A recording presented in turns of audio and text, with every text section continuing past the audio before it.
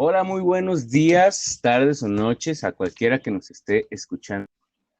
Vamos a realizar.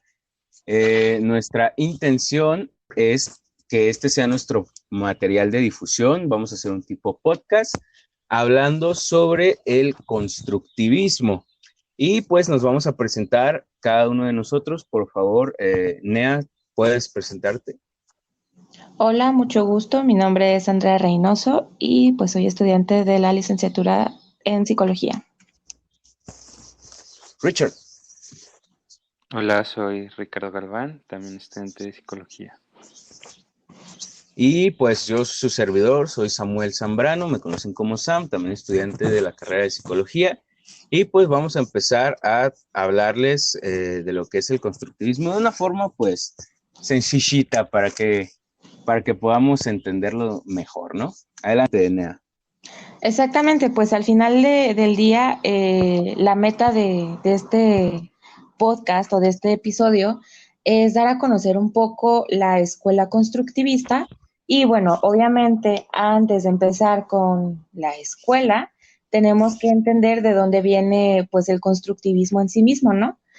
Pues es una teoría, para empezar, que plantea que nuestro conocimiento y nuestra personalidad está constantemente en construcción, debido a que pues estas dos cosas responden a un proceso continuo que tenemos pues a lo largo prácticamente de toda nuestra vida, en donde estamos en interacción entre un montón de cosas, ¿no? El ambiente, afectos, algunos aspectos cognitivos, es decir, lo que vamos aprendiendo en el día a día, eh, situaciones sociales y demás.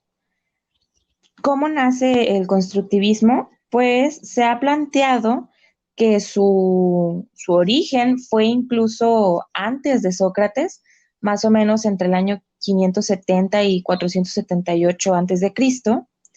Se nombra precisamente a Genófanes como uno de los pioneros del constructivismo, pero en sí, como una teoría, no es hasta ya casi nuestro siglo que empieza a desarrollarse por autores como Vygotsky o Piaget, que son muy conocidos dentro de la psicología, y pues que tiene que ver, ¿no? Con las teorías que plantearon ambos sobre cómo aprendemos. O sea, fíjate nada más que qué interesante, ¿no? Cómo desde hace tanto tiempo ya se estaba dando una introducción a lo que es pues aprender. Y, y creo que el constructivismo abona bastante bien a lo que vamos a estar platicando. Adelante, Richard, Una cuéntanos. cosa, una cosa importante del constructivismo es que lo construimos mediante nuestros sentidos, ¿no? O sea, como nosotros percibimos la realidad es como la vamos construyendo, porque al final de cuentas eso es lo que se diferencia del construccionismo. Bueno, en ese sentido la escuela constructivista es una corriente, ¿sí? Que lo que hace es entregar al alumno herramientas que le permitan crear procedimientos, ¿sí? Para resolver situaciones problemáticas. Esto en general ayuda a que sus ideas estén en constante modificación y continúen aprendiendo. Los estudiantes deben de aprender cómo estructurar ideas claras y también cómo colaborar en trabajos en grupo. Son los objetivos de esta escuela constructivista. Este modelo le permite al estudiante intercambiar ideas, aprender a negociar con otros y evaluar las ideas de una forma aceptable. Este pensamiento constructivista del aprendizaje se basa en tres ideas principales. El alumno es el único responsable de su proceso de aprendizaje, es él quien construye el conocimiento y nadie puede sustituirlo en esa tarea, en el sentido de que éste no descubre o inventa, sino que es él el que aprende. Y si él no lo hace, nadie puede hacerlo por él. El alumno no solo está activo cuando explora, descubre o inventa, sino también cuando lee o escucha las explicaciones del facilitador, o sea, del docente o maestro. Algunos beneficios pueden ser, por ejemplo, el estudiante aprende más, disfruta más el proceso porque está más involucrado y esto lo hace activamente.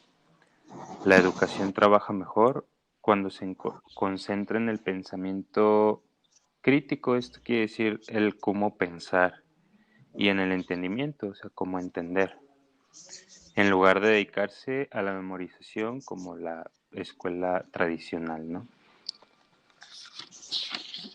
Y justamente, perdón, No, continúa. justamente eso te iba a decir, ¿no? Creo o lo entiendo como que promueve mucho que el estudiante sea autónomo, vaya, que no dependa tanto de lo que el docente Exacto. diga o haga. Sí, sí, sí. Sí, de hecho, como características del docente es eso, aceptar e impulsar esta autonomía y la iniciativa del alumno. También hace preguntas que necesiten respuestas muy bien reflexionadas y desafía también a que se hagan preguntas entre los alumnos, entre los que están aprendiendo.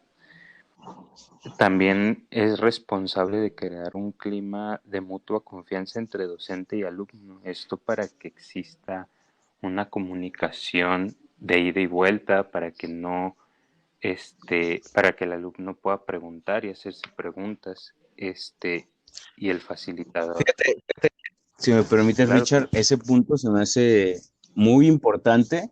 Creo que es algo que el constructivismo lo llama mucho la atención, ¿no? Porque en otros modelos el maestro es el principal exponente, lo que te diga el maestro es lo único y absoluto que vas a aprender, no hay más. Exacto.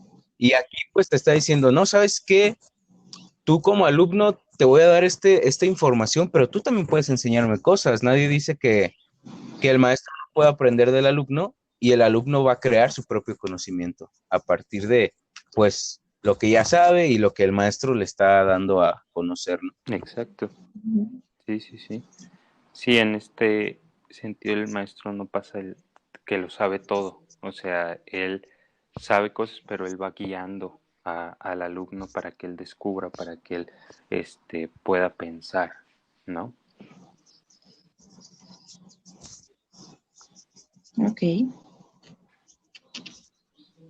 Bueno, y pasando a explorar un poquito más esto, por ejemplo, al alumno, como ya nos dijo Richard, va a tener esta información y lo que hace el maestro es crear un entorno que pueda ser importante para que desarrolles el pensamiento, o sea, te va a dejar trabajos o actividades enfocados a que el alumno pueda, como lo dijo, pensar, analizar, resolver, construir.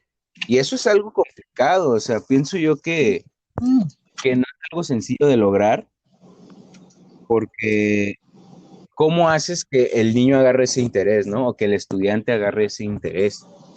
Claro. Creo que es algo difícil. Creo que el constructivismo sí es un reto que logre que en su mayoría los alumnos, porque como todos aprendemos diferente y todos tenemos diferentes formas de aprender, pues, ¿cómo capto la atención de un grupo, no? Sí.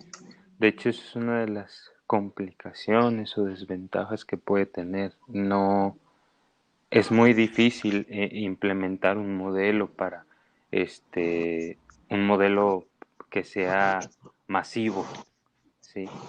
Es más hacia lo individual, con pocas personas. Esa podría ser una de las desventajas. Sin embargo, este, pienso yo que sería un poco más, eh, por así decirlo, yo siento que es un modelo que despierta el interés del alumno y hace que pueda llegar más lejos, ¿no? Académicamente hablando. Porque al estar en Exacto. constante eh, tú mismo hacerte las preguntas y no que todo te lo den y que tú solamente estés de forma pasiva, tú eres el que estás descubriendo, tú eres el que estás haciendo las cosas, ¿no? Exactamente. Fíjate, Piaget decía, nuestro conocimiento lo obtenemos con lo que nos rodea, con nuestro entorno. De ahí vas a obtener tu conocimiento. Y el señor Vygotsky decía que era lo social, o sea, lo que te rodean, las personas que te rodean, la situación en la que te encuentres va a hacer que tú desarrolles conocimiento. Y es una manera interesante de verlo, ¿no? Como cada quien tiene su posición de ello. Sí, Nea.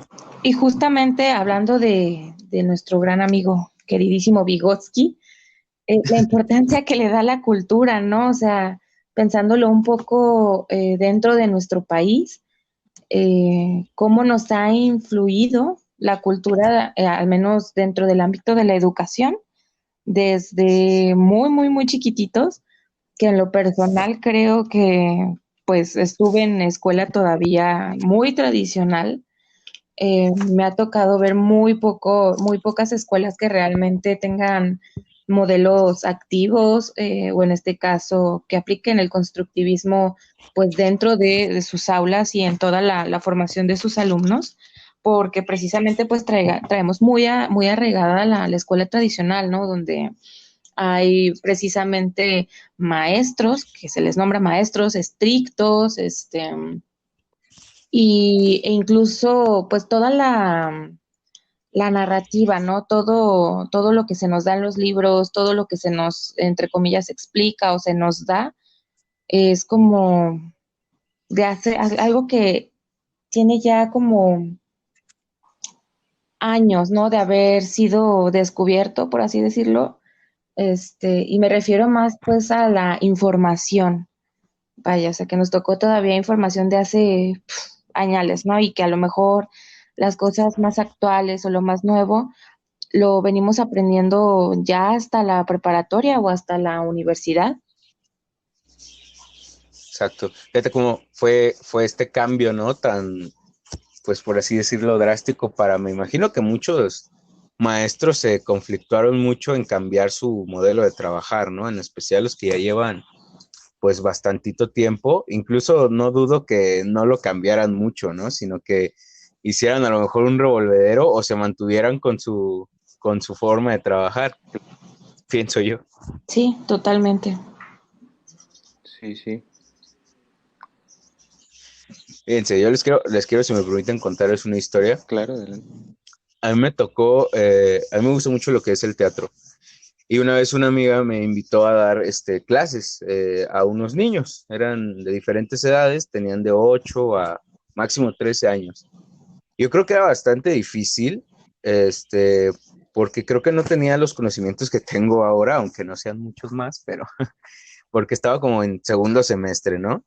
Y ella me invitó más porque me decía, bueno, pues tú de psicología, a lo mejor me puedes ayudar en algo. Y yo, sí, sí, claro. Y le decía, ¿sabes? Pues creo que terminas haciendo un revoltijo con los modelos que podrías conocer, porque no agarras una idea de cómo te enseñaron, usas cosas que te sirvieron, ¿no? Que utilizaron maestros en mí y que podía decir, pues me sirve. Yo decía, como por ejemplo, usaba uno que utilizaban mucho en el catecismo en mis tiempos, que fue el catecismo, que la maestra solía decir aleluya y los niños gritaban ya. Entonces yo decía, hubo un momento en el que los niños estaban muy hiperactivos, por así decirlo, y muy inquietos, y yo decía, pues, ¿cómo los calmo, no? Y se me vino a la mente, pues, aleluya, y todos los niños me dijeron ya, y yo así como de, sí, sí funciona, ¿no?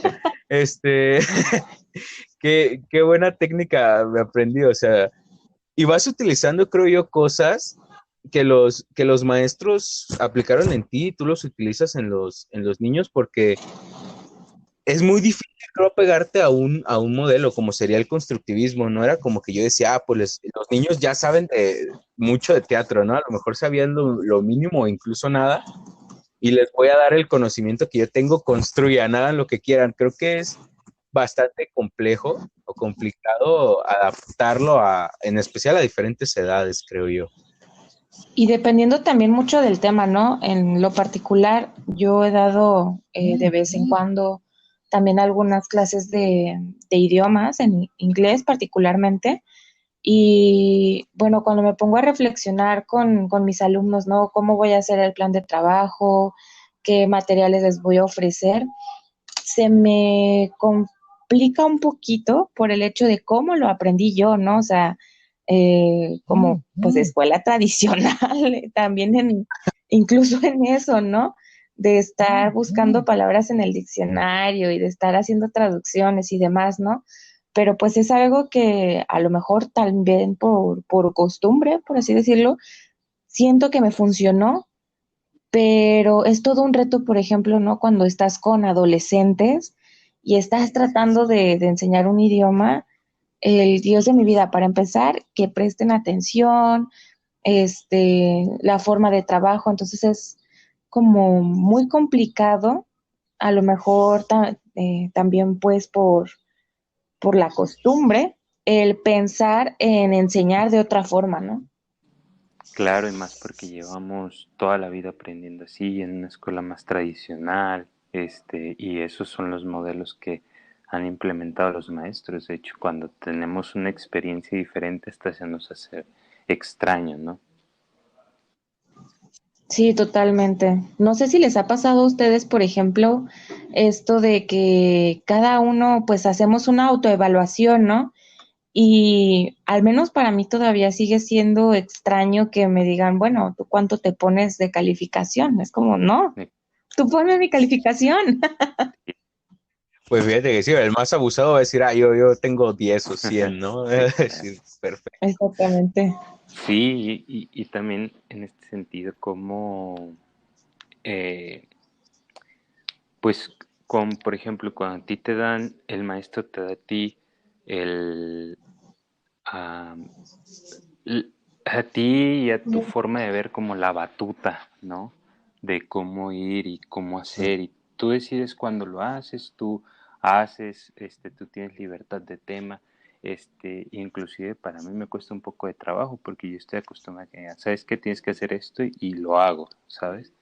Entonces, ya cuando tú tienes que dar el tema, cuando tú tienes que hacer el tema, por ejemplo, me pasa mucho en clases de investigación, tú elegir un tema, tú ver que puede ser interesante, pues a mí me cuesta un trabajo enorme, ¿no? El elegir un tema que sea interesante, que aparte tenga esta repercusión, ¿no? Entonces, pues complicado, ¿no? Exactamente, si, imagínate usted, señor, señora que nos está escuchando, si es que nos está escuchando, fíjate, probablemente ustedes vivieron en una escuela tradicional que les decían, haz esto, haz el otro, y ustedes decían simplemente sí. Ahorita probablemente a sus hijos, o si tienen hijos, o a los más jóvenes, están pasando por una etapa diferente en donde precisamente, como dice Richard, van a tener que elegir, o sea, van a tener que con sus conocimientos construir lo que ellos crean.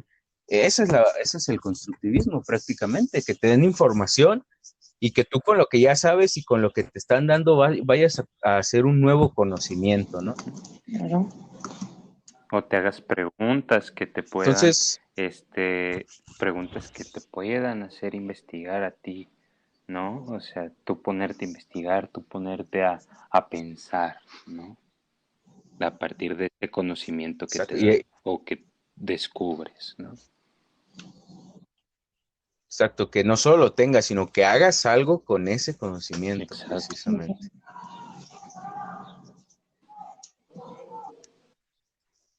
Muy bien, pues podríamos hacer un repaso sencillo y dar nuestra conclusión personal. Ya tenemos como la idea de lo que es el constructivismo, que es una forma de enseñar que es dinámica entre el alumno y el maestro. El alumno también tiene voz y voto, también puede decir yo sé esto, puedo aportar con esto, y el maestro da su conocimiento para crear aprendizajes. No es lo que dice el maestro, no es lo único y absoluto, sino que te invita a reflexionar, a pensar y a desarrollar una nueva forma de ver el mundo, ¿no? O sea, ayudar, apoyar y dirigir al estudiante para que construya su conocimiento, básicamente, ¿no? Precisamente, y no solo aplicarlo, ¿no? Hacia el lado educativo, que bueno, en este caso es nuestro tema, sino a la vida en general. Creo que también es una postura en la que podemos criar a nuestros hijos, ¿no? Por ejemplo. Claro, Exactamente. sí, sí, sin duda.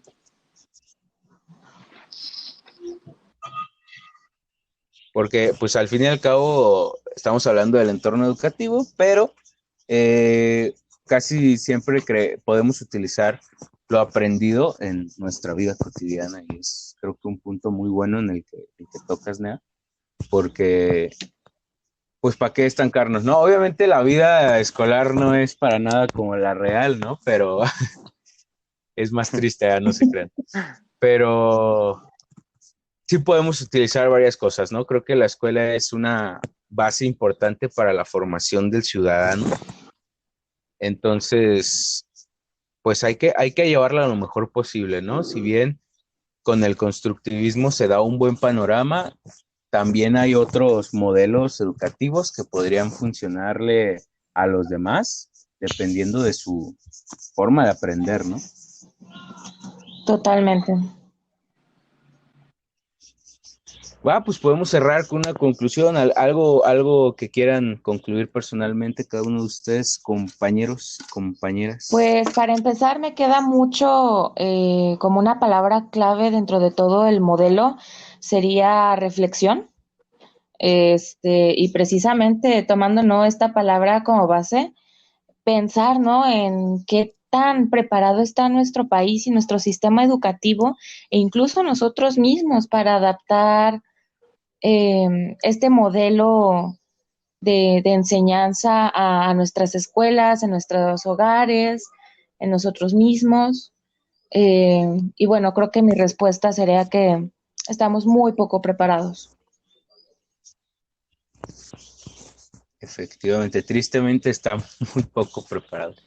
Richard. Sí, pues ahondando un poquito más en lo que dice Nea, pues sí, no, para empezar, lo que busca la educación actualmente no es la calidad, sino la cantidad. O sea, mientras más gente puedan decir que terminó la primaria, la secundaria, pero pues al final de cuentas pienso que son números inflados, o sea, porque después de eso le preguntas a la gente qué es lo que aprendió y no te lo saben decir. Y entonces hay que hacer todo un cambio de estructura, ¿no? En todo, en cómo está el sistema, ¿no? Así es. Sí, fíjate, eso me parece bastante interesante porque el aprendizaje no es significativo, o sea, como dices, a lo mejor te enseñan algo y después de la clase ya no te acuerdas ni qué te dijeron. Entonces sí es importante tener esas ganas de aprender y que lo que aprendas sea pues importante para ti, ¿no? Que sea significativo. Y pues bueno, pues creo que si no hay nada más que quieran decir mis compañeros y compañera, creo que podemos concluir con esta pequeña sesión de información sencilla para que sepan un poco más de lo que es el constructivismo. Obviamente pues tenemos nuestras palabras que luego se nos salen por ya estar acostumbrados a hablar así, pero esperamos que haya sido entendible, que cualquier persona tenga ahora un mejor panorama de lo que es el constructivismo. Vamos a dejarles un pequeño póster o cartel con la información de manera sencilla, por si no son muy auditivos, quizás son más visuales, puedan darle una checadita a ver si se aclaran aún más las dudas del constructivismo. Y pues eso sería todo. Pueden despedirse, mis queridos Pues compañeros. muchas gracias por escucharnos. Efectivamente espero que haya sido todo muy claro y precisamente, ¿no? Aportando un poquito al modelo es lo que buscamos también con el cartel, que todos podamos aprender a nuestra manera.